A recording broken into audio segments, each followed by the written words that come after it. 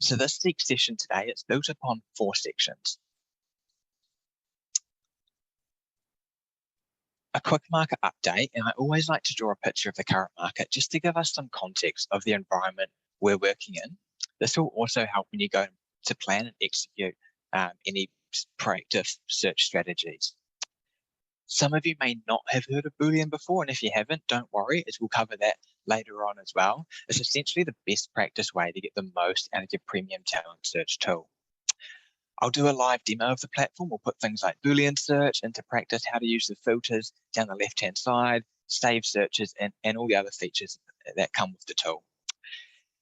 Connection methods is all about how we can connect with the relevant candidates. So once we've kind of cast our net wide and then filtered it down, I really want to show you what each connection method looks like from the candidate's perspective. So if you send them a message, what does it look like from their side? I think that's really useful information to know. And I'm just going to pop a small message in the chat now for any people that join us late, just so they know what's going on. There we go. Perfect. Alrighty. We'll get into it then with a quick market update. Like I said, just to give us a little bit of context and perspective, and allows us to really set realistic expectations of ourselves, and we know what we're working with and within. So the majority of New Zealand's workforce are either actively applying or keeping an eye on jobs. And right now, as of today, the current labour force in New Zealand is about 2.6 million people. So when we look at the 76% on the right-hand side there, if you're good with maths, you might be able to work out that it's equal to over 1.9 million active and monitoring candidates across the country. So I'm not good with math. I used a calculator before the session to work that one out. With the 24% of settled candidates, these could be those people who have been in a role for say around 10 years, yeah? So they're super comfortable, they're super happy, and therefore they're not looking to move roles anytime soon. The 31% of active candidates are the ones you currently get in front of with your job ads out in market. The 45% of candidates who are passively monitoring the market for job opportunities, they tend to be already skilled for the role you are recruiting for. And what these passive candidates are looking for, though, is that shoulder tap about a job opportunity which may interest them to then apply for or go through an interview process for a role. This passive group is really our focus for today's session. So how can we make sure we're engaging with this passive market, especially in this candidate short marketplace, which we're experiencing at the moment, because this is a tool which a lot of hirers are utilizing to be able to successfully go out and do this. These percentages on the slide mean that 3 in 4 people are actively looking or could be tempted into their next opportunity. And I guess those active candidates are probably going to be easier for you to tap into. They're going to be part of your networks. They're going to be part of your databases. They're looking on job boards. The settled candidates are maybe not so easy to tap into. They won't be part of your networks or databases perhaps, and they certainly aren't going to be frequenting job boards. It's not all to say that this 24% of settled candidates are out of the picture either. These people may consider appealing offers if they're approached, maybe a better compensation package, or maybe it's an industry or a project that they weren't aware of, but now they are aware of. It does actually appeal to them. So at the end of the day, the settled candidates are still human as well. And if you think about it, it feels nice for any one of us if someone approaches you about an opportunity. It kind of strikes our ego a little bit. You go and tell your friends and family that you got approached by so-and-so firm about so-and-so opportunity. So premium talent search can definitely still help you get in front of this part of the labour force as well. Here we are looking simply at the number of job ads on Seek NZ from 2013, and therefore we're looking at the demand for candidates. So when COVID first broke out in early 2020, you can see that huge dip in higher demand. Ever since then, though, it's fundamentally been on an upward trend, and you can see the back end of 2021 was incredibly high after that Delta outbreak and a subsequent small dip in demand there. This means there is a very strong demand for workers, and it is going to be obviously stretching the available candidate supply. This graph really clearly illustrates that even compared to pre-pandemic levels, we have an enormous number of job ads up on site right now. I check every single morning. This morning we were sitting at just under 34,000 job ads on Seek NZ. And so that really emphasizes that candidates have more choice than ever before. To put a bit of perspective on that, any number of ads around that mid 30,000s mark is like absolutely insane. Prior to the pandemic, you're more thinking around 27, 26,000 kind of area. I wanted to show you this quickly because it gives you that perspective or context of what environment you're working within. This graph here illustrates the higher demand versus candidate supply. So you can see that huge drop in ads and the subsequent increase in candidates when COVID first broke out in early 2020. But then in the first half of last year, the gap began to narrow and this trend continued until they crossed. And now we see a very low candidate availability while the volume of job ads increases. Obviously, a lot of businesses are picking up operations again as we move into this endemic stage of COVID-19. Well, maybe that's debatable right now, number of cases going around, but we are seeing more and more ads come on site, and this means competition between hirers for the best candidates. Focusing on the supply side of this, we know that 1 in 3 candidates are hesitant to move roles. So although they keep an eye on the market, when we think back to that 76% from that first slide who are active or passively looking, they aren't necessarily applying. And through the combination of all these statistics, we can work out that bang on 50% of candidates are probably quite open and more receptive to being approached. Reasons for the hesitancy that I just kind of touched on is generally down to fears over job security. So if someone moves roles, what happens if another wave of COVID comes? Will it be last in, first out type of thing? And these are all thoughts going through candidates' minds, especially in customer facing roles, so frontline kind of roles. Fundamentally, in a candidate short market, Premium Talent Search puts the power back into the hirer's hands to do all you can with those receptive candidates. Before we move on, I actually just want to share a poll for me just to get a gauge on everyone on the line, your experience levels using Premium Talent Search. So I'm going to launch a quick poll question. Now, like I said, this is purely from my knowledge. So let's see if I can launch this correctly. All right, here we go. So there's just 3 options. It'd be awesome just to select experienced, intermediate, or beginner. This session is aimed more at the beginner side, so I'm going to kind of go through everything, but it's still good to get that understanding. About 3/4 of people have answered. That's awesome. Just a few more people. Close it in 5 seconds. Amazing. Basically, everyone's done it, and we're looking around 3/4 beginner, just under a quarter intermediate, and a couple of experience. Awesome. No, that's perfect. Thank you so much for answering that. All right, we'll move into a bit more context around what Premium Talent Search is. Premium Talent Search, so it gives you access to over 12 million profiles between Australia and New Zealand. In New Zealand alone, we have 1.5 million searchable profiles. For context, just if you aren't familiar, the SEEK profile typically has a candidate's work experience, their credentials, as well as qualifications. So this is the kind of information we have held here in the SEEK platform, and you've got access to all of those profiles. You're not restricted in your way of searching like you are with standard talent search, where you have to kind of post a job ad to gain access to it. Here, you can literally jump into the portal and start searching across New Zealand and Australia.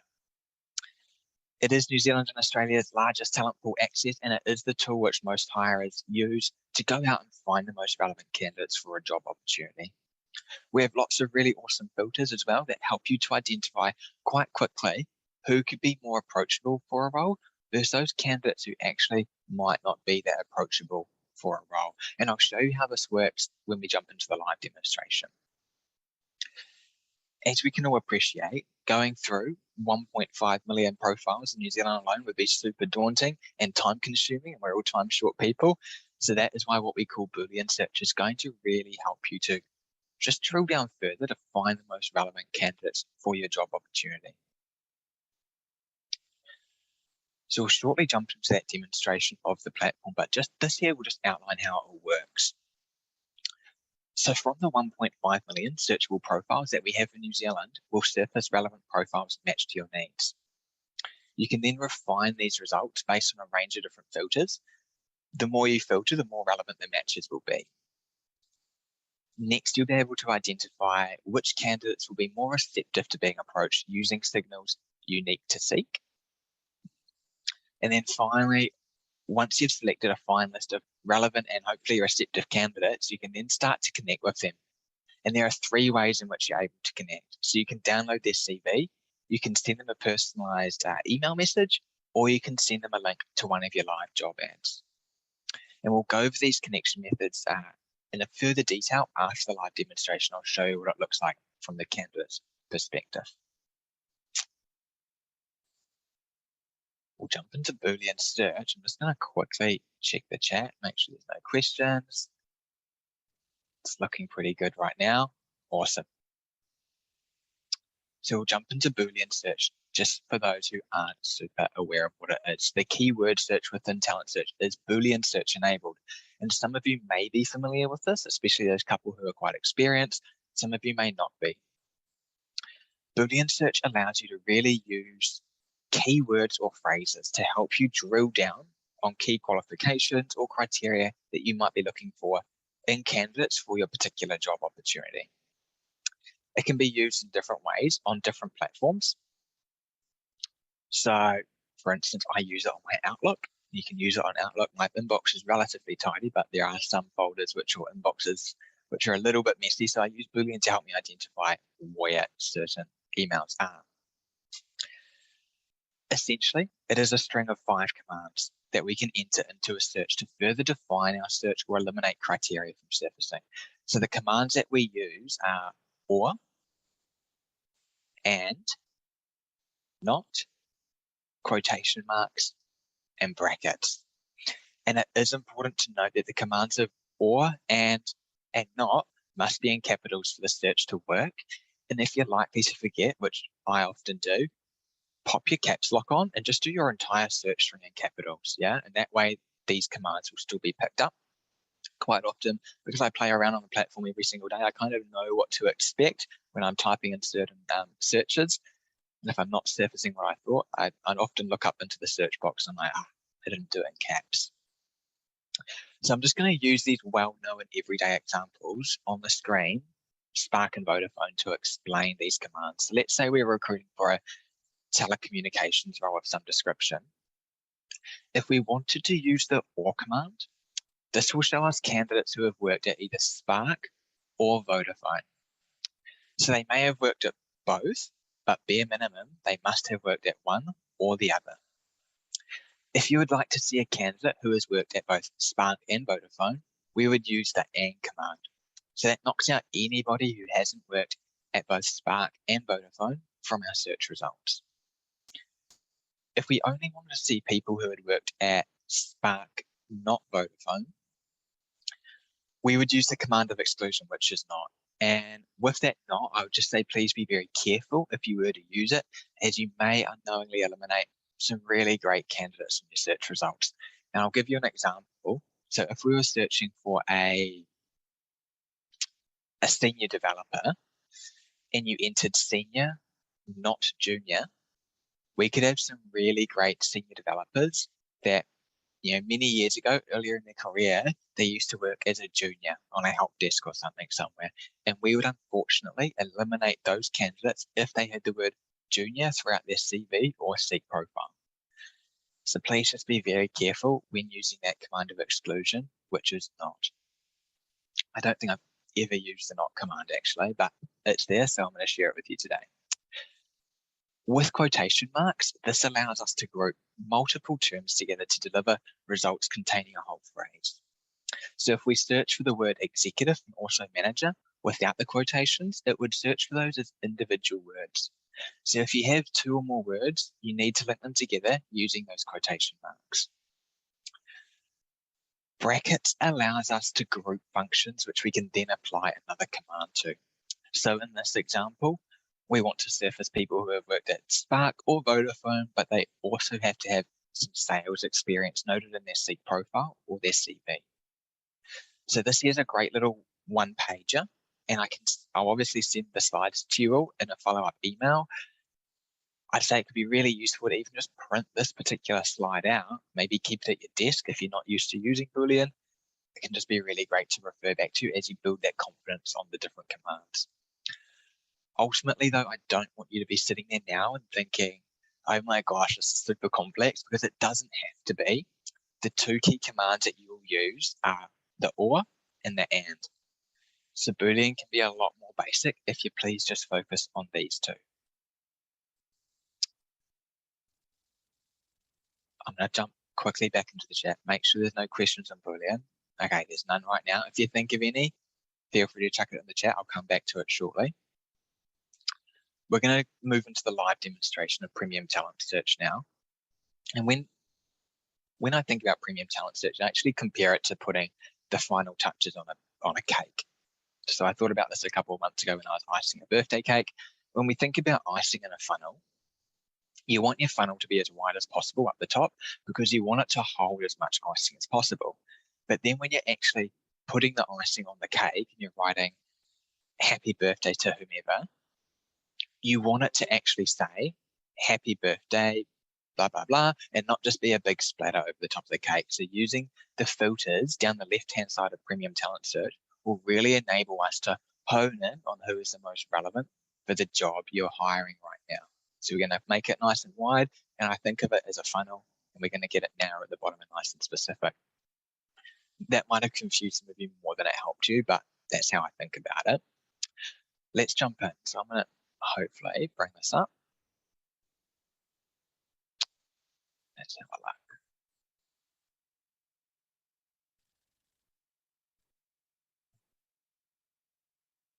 All right.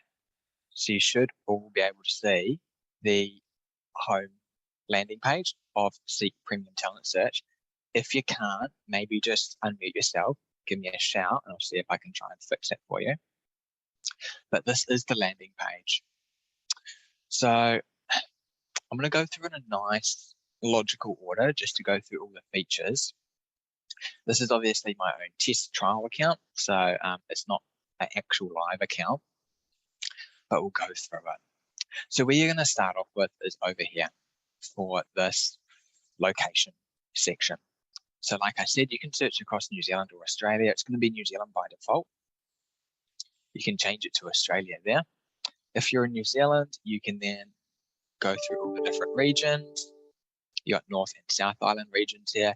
And if we were looking at Auckland, for instance, you can be a little bit more granular here. So you can pick Central, East, South, West, North, etc. And it's the same throughout these other regions as well. So you can really be quite specific if you wanted to target candidates really close to your job opportunity. This little willing to relocate box, if we tick this box, so if we selected Auckland, for instance, and then we hit willing to relocate,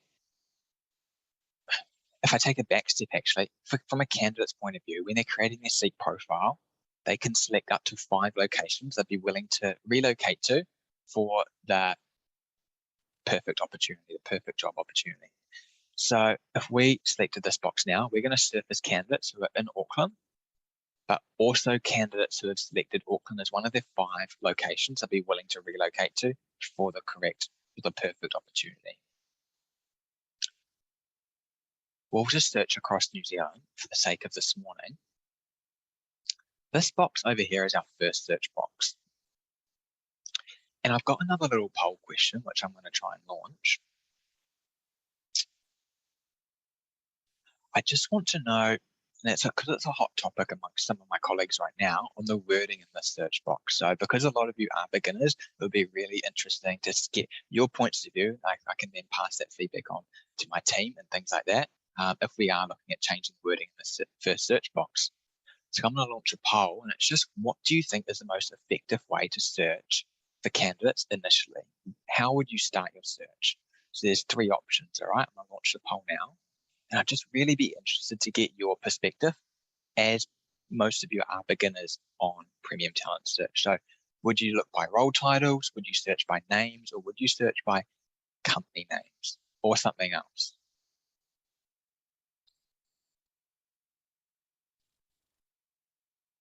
About half the people have answered. That's awesome. Most people going role titles and company names. Oh, we got a candidate names coming through now, a couple there actually. Just do a couple more seconds. This is just really, really interesting for me to get a gauge on how we communicate what the search box should be used for, the best way to utilize it. Amazing. Thank you so much for all of you that participated in that.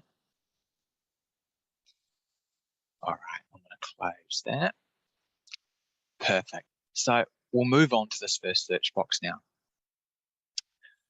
Most of you put role titles, and that is the best way to search in this initial search box. So what we want to do, because when you registered for the session today, I've got a gauge of where most of you are all working. We've got quite a few people in kind of the healthcare sector on the line today. So we're going to use today's example to look for like a healthcare assistant kind of role or support worker kind of role.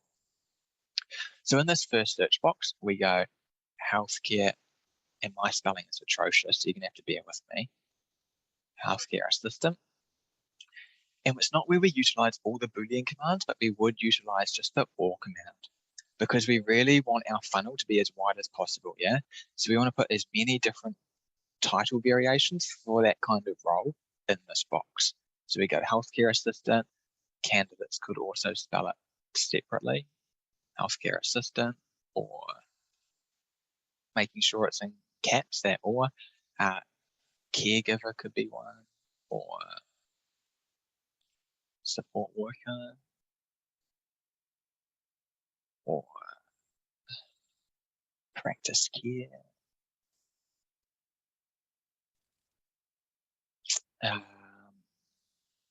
Care partner could be another one.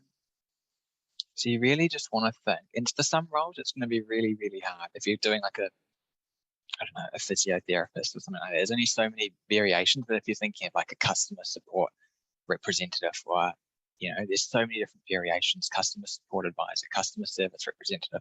There's so many different variations to that kind of role. It's the same with an HR manager, TNC manager, talent and culture manager.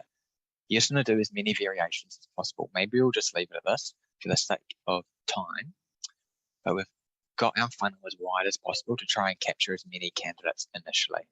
And now we're going to use these filters down the left-hand side to hone in on who is most relevant.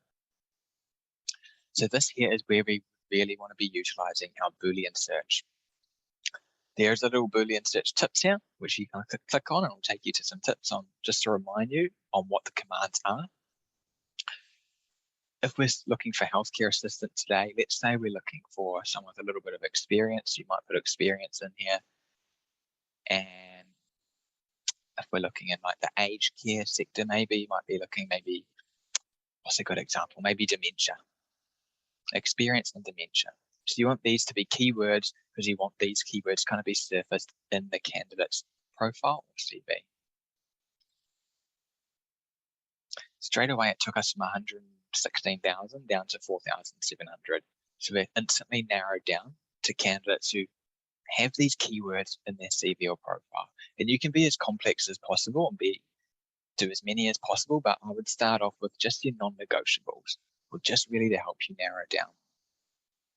I'm going to go through each of the filters here to explain what they are. The first one here is industry. With industry, it's really good if you're looking for the type of role where it can be in many different industry sectors. So a customer service rep, for example, or the other example I used before, actually an HR manager that can be in, HR managers in every industry. If you're in the education sector, you might want someone who's been in the education sector previously, to have that inside knowledge already.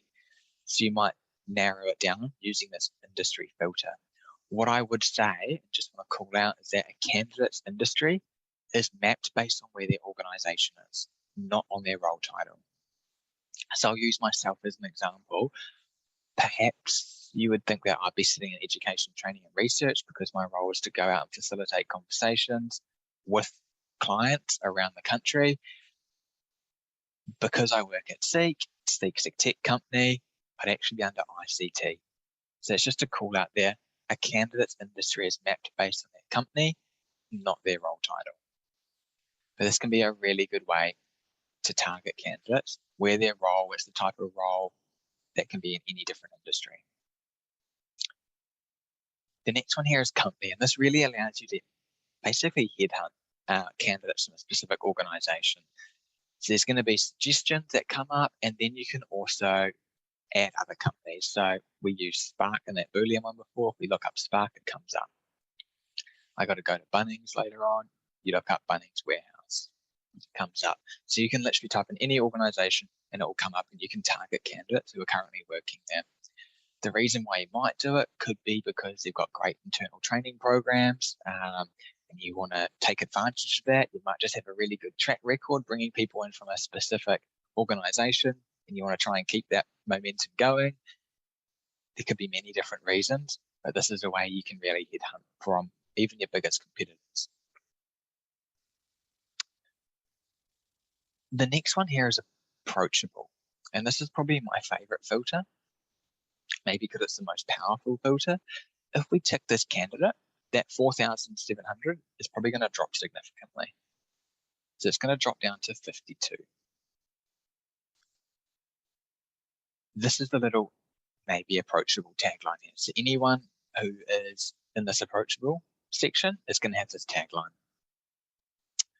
It's not there because a candidate ticked a box and said, hey, I'm approachable, reach out to me. It's actually based on artificial intelligence and data research. So it's a little bit like a scorecard of a candidate. It takes into account market intel and candidate behaviors on site. So are they logged in and applying for similar roles? What's their search behavior, their application behavior? Where are they spending their time? What type of role are they in, and what is the normal tenure in that type of role? Are they coming up to the type of time frame we know is nearing the end of when they'll be looking for the next move in their career? So if it's the type of role and you're normally in it for 12 months and you move to something else, if it's at the 11-month mark and we think they're going to be looking very soon, that's one factor. There's over 20 factors we measure, as you can see on the screen there. I think it's around 24 unique factors. And basically, if a candidate ticks or meets a threshold of attributes, this little maybe approachable tagline will pop up. Approachability works in 2-week cycles, so you can guarantee it's pretty accurate, pretty refreshed. It's going to be changing all the time. Anyone with this pink tagline as well is 5 times more open to your connection than someone who doesn't have that tagline. So the way I think about this is, it filters down a lot very quickly. But if we think of the candidates being fruit on a fruit tree, these are the kind of fruits that are on the low-hanging branches. So it's really easy to just reach up and pluck off the low-hanging branch. Whereas the other candidates who don't have this tagline are probably maybe higher up in the tree. And it's going to take a little bit more work, maybe a little bit more convincing perhaps, to get them to come down and pluck them off.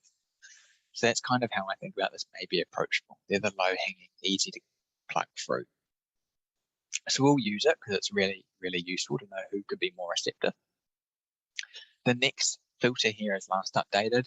To be honest with you, it's probably a little bit redundant. A lot of hirers tend to lean into it, thinking they're going to get the most relevant, receptive candidates, most active candidates. You can select 1 month, 3 months, 6 months, or 1 year. Most hirers tend to select 1 month, thinking that what I just said is going to happen. They're going to get active candidates. I would say lean into approachability a lot more, just because an update to a profile can be very minor. So it could just be a candidate's got a new phone number and they've updated that. They've changed address. It could just be a punctuation or grammar correction. It can be really, really minor. So adding a bullet point, full stop, sorry.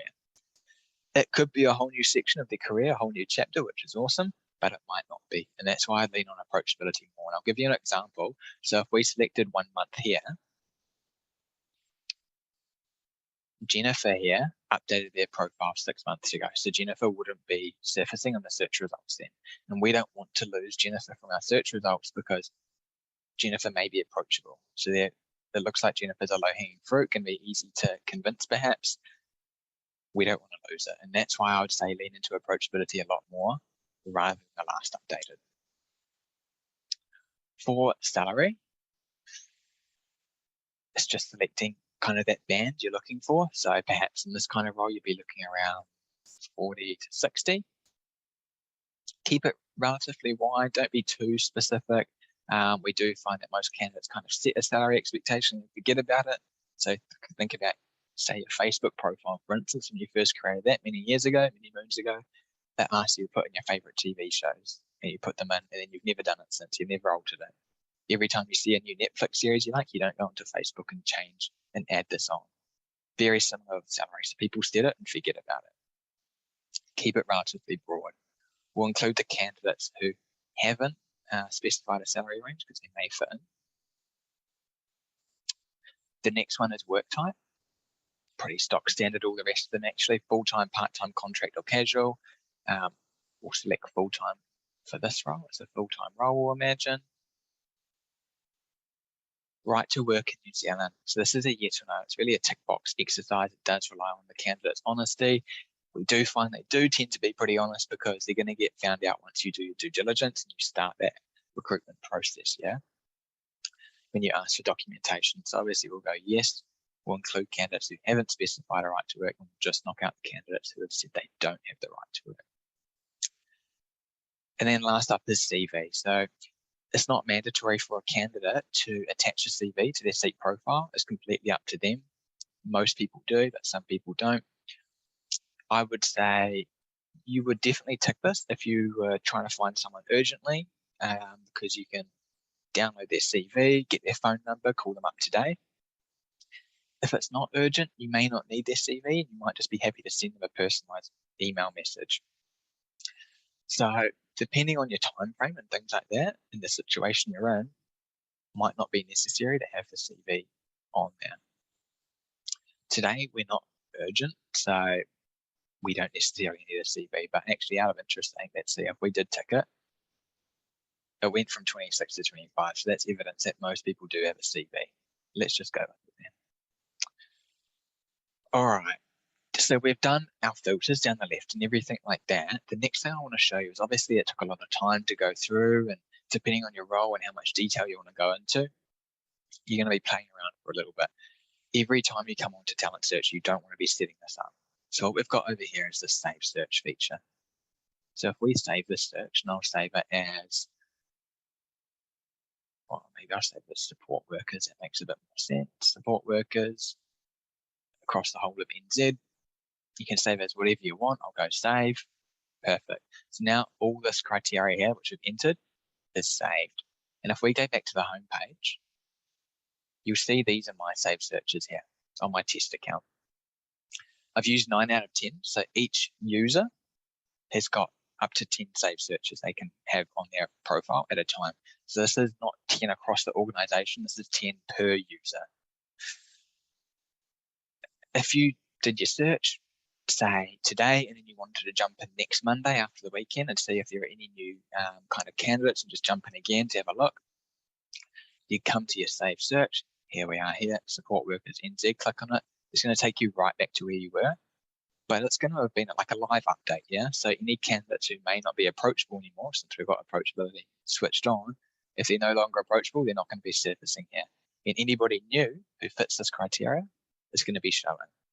So it's a really good way to save your searches, especially for those roles which you're frequently recruiting for, and jump in and out really, really efficiently. While I'm up here near the save searches, then I want to show you this here. So this is really cool. It's something I'm really passionate about. Hide names. If we tick that box, it just hides the names of the candidates, puts in their role title. It seeks first steps to removing that unconscious bias, basically. So it can be really useful if you found a candidate, you want to share it with another internal stakeholder. And for instance, we click on this profile here. We copy the URL.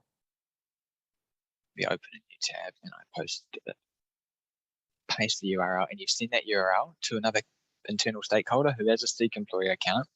They're going to open it up and the name will be hidden, yeah?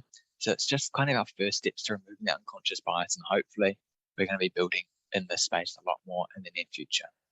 But I think it's really, really cool to have it there. I'll untick it for now. Let's jump into a full profile view. So if we click on Jennifer here, you got the standard information at the top. This would be highlighted in blue like these if I was on a real account, because it's a test account. I don't have any jobs to send. You got send message and access CV. So these are your 3 connection points. You've also got them on the home pages here as well on each candidate. First up, you're seeing their Seek profile. Any keywords you use in that Boolean box over here is going to be highlighted so you can find out the context that it was used in. Is it the same context that you were looking for, or is it taken out of context and completely different? Yeah. How has it been interpreted? Experience is noted in their CV here. You've got their education and things, their skills, things like that, status and things like that at the bottom. Over here is where it gets quite useful. This is their CV preview. So any candidates with a CV, you can preview it here. It can be really useful to do a bit more due diligence, jump in, have a look. Is this candidate really good? Is it worth connecting with before you access the CV? So this will give you all your information. Normally it won't give you their phone numbers and their emails and things like that. So you still have to access the CV to get their personal contact information. But it's a good way to get some more clarification on what this candidate's done, what their skills are. The next tab is interaction. So this is going to be showing any interactions that you or any of your colleagues within your organization have had with a candidate. So it's going to show what type of interaction it was out of these 3, when the interaction was, and who in your organization made that interaction. If it was a send message, for instance, it's also going to show you what the message was that was sent to the candidate. So you're going to have all that information here. So if you jump on to Jennifer here and you notice that Jennifer's CV was accessed by one of your colleagues, say a couple of months ago, you might not access the CV again, because if your colleague's done their job correctly, it should be stored on your database. You can just reach out to your colleague and say, hey, can I have Jennifer Hayes' CV? So it can be really useful to track these interactions. Another way to quickly identify if there has been a previous interaction is this little symbol here, this little logo will be highlighted in green. And it will also be highlighted green on the search results page. If you're scrolling down and you see Monish is highlighted in green, it means there was a previous interaction with Monish. The next thing I want to show you, we'll jump back into Jennifer, is the talent pool feature. So this is really, really useful, I would say. It's quite critical in terms of efficiency, from an efficiency point of view. If we're over here and we want to add a candidate to a talent pool, you can either add them to anything here, so healthcare assistant in this case, hit apply and add them in. If you wanted to create a new one, you can go create new, put in support worker. Well, told you my spelling's atrocious. Support worker NZ, hit create. Scroll down, here we go, and apply. And then if we go out of here, your talent pools can be found up here. So these are all the talent pools on my test account. And if we find my support worker one, where is it? At the bottom. We jump in, Jennifer should be there. Perfect. What I would say, from just a little tip, I guess, would be keep your talent pools as niche and specific as possible. If you have it large, it can be quite confusing to identify candidates within. You'll notice it looks very similar to the search result page, but there's no filters. So if we jumped into this one here, where I've got quite a few candidates in, if you're trying to find a specific candidate within a talent pool and you can't find them, you have to go next page. Scroll down to the bottom, next page, yeah? So if you've got 50 or 100 candidates in the talent pool, it's going to be really hard to sift through that. Because you can have unlimited talent pools per user account, keep it really specific and really niche, all right? Alrighty. What I will also call out as well, actually, and you might have noticed this little purple message here, a couple of weeks ago, I'm going to say maybe 3 weeks ago it was, I think. Time goes so fast, so it's hard to keep track, but you can actually share talent pools amongst your team now. So if you click on this here, I can share the talent pools across my team, yeah? So you can't pick and choose who within your team you share it with. If you share it, it shares it across the whole team. So anybody within your organization with a user profile. But it's really good if you're all kind of recruiting for similar roles, or there's potentially candidates who could be useful for other roles as well that other hiring managers or recruitment members are recruiting for. So it's a cool feature. People are asking for it for a long time. It's finally available. What I want to show you, one last thing, if we jump back into our Support Workers New Zealand, we jump back into Jennifer, you'll notice over here the similar candidates. So if we thought Jennifer was a fantastic candidate, like awesome, ticks all the boxes, and we want to find more candidates like Jennifer, our AI is going to identify other candidates who seem similar to Jennifer. So there's going to be 4 here. And if you click on See All, it's going to show you up to 20. If we can't identify 20, it will only show you, in this case, 17, but it's going to show you up to 20 similar candidates. So it's a really good way to try and speed up your searching. If you find a really good candidate, you just want to identify ones who are similar to that one. I'm going to jump in and quickly see if there's any questions before I go through the connection methods. Oh, got a couple here. How do we get more clicks? Michael. I might just get you, if you're still on the line, just to unmute yourself. Can you specify what you mean by get more clicks?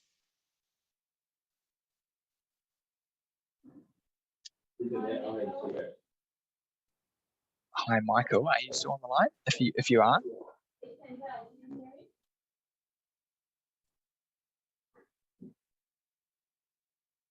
No.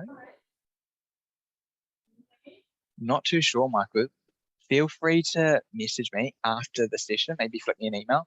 I can try and explain. I just need to get a better understanding what you mean by more clicks. If you're talking about like clicking into profiles, there's no cost in terms of credits to click into profiles. The only thing that costs credits is actually using the connection methods. Got another question. My talent search only shows the searches for jobs I've posted, so I can't just look up anyone in different industries. So for that question from Sanjay, that sounds like you're on the standard version of talent search where you have to post a job ad and then it only matches candidates for that specific role. So that's standard talent search. Premium talent search is where you can, it's obviously the paid for version, it's where you can search across different role titles. So it is correct, but on the standard version. So that's the free version which you get with every job ad. You have 1,000 credits. All right, I'm going to quickly jump back into the presentation. That's all the questions there for now. No worries, Sanjay. We'll just quickly go through connection methods. All righty, here we go. So you determine how you'd like to engage with your potential candidates. And as you can see on the screen, and what you saw in the live demo as well, each method will cost you credits. So sending a job is 25 credits, sending a message is 50 credits, and accessing a CV is 200 credits. Depending on your role and your timeline, you can choose which method best suits you at that specific time. Does the role need to be filled urgently? You might access their CV, get their phone number, call them up this afternoon. If it was a bulk campaign, perhaps, so big numbers, you might just end up sending the job to lots of different candidates. My recommendation, though, is not to send the job alone, though, purely because it isn't very engaging. It's quite social media-like. So I would suggest to always send the job and follow up with a personalized message if you have the credits to do so. Let's take a quick look at what the candidates would receive or see when you utilize each of the connection methods. So this here is an example of what the candidate would see if they received a send the job. So we send an email, it's on Seek branding, and it's from a Seek email address. Because we know that candidates have whitelisted it, it's not going to end up in their junk. When in the email, candidates can then choose to view the job ad and apply if they wish. So choosing to apply would go through your normal application process. So because you are directing a candidate to your job ad on Seek, it is important to consider what your ad looks like and how enticing it is for the candidates to actually go and apply from that point. This option here, the next option, allows you to free text an email message out to the candidate and also include things like your signature with your position and contact details. Again, it comes from the Seek email address on Seek branding. If the candidate clicks reply to this message, then it's going to go off platform and into your personal Outlook or your work Outlook. Emails are a great way to get in front of your passive audience. Engagement is key here, and how you frame your email will really determine if you're contacted back or not. So we're going to go into a little bit more detail quickly just to look at how to craft a good message, because it will impact the candidate's response. Like with anything in life, what you put into it is what you get out of it. And I've seen some really terrible messages go out to candidates, and surprise, surprise, those hirers didn't get a response. So here is just some examples of vague messages which are being sent by hirers and have not received a reply. And I would say it's because they're too brief and they don't really tell the candidate anything about the role. A candidate Seek profile provides you with enough information to position your message and reference their experience in relation to your role. What I've got on the screen here now is a message which will get a better response.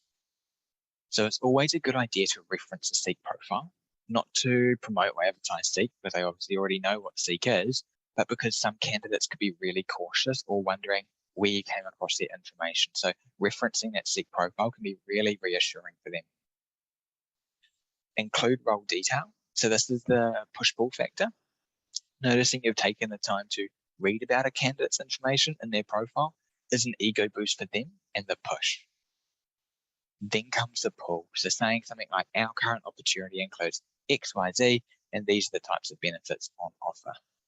This push-pull factor works. This is what we want, and then the what's in it for you are here. What I would say is almost the most important is this one here, the call to action. So give me a call if you're interested, or reply to this email if you're interested by end of business 31st of July or whatever.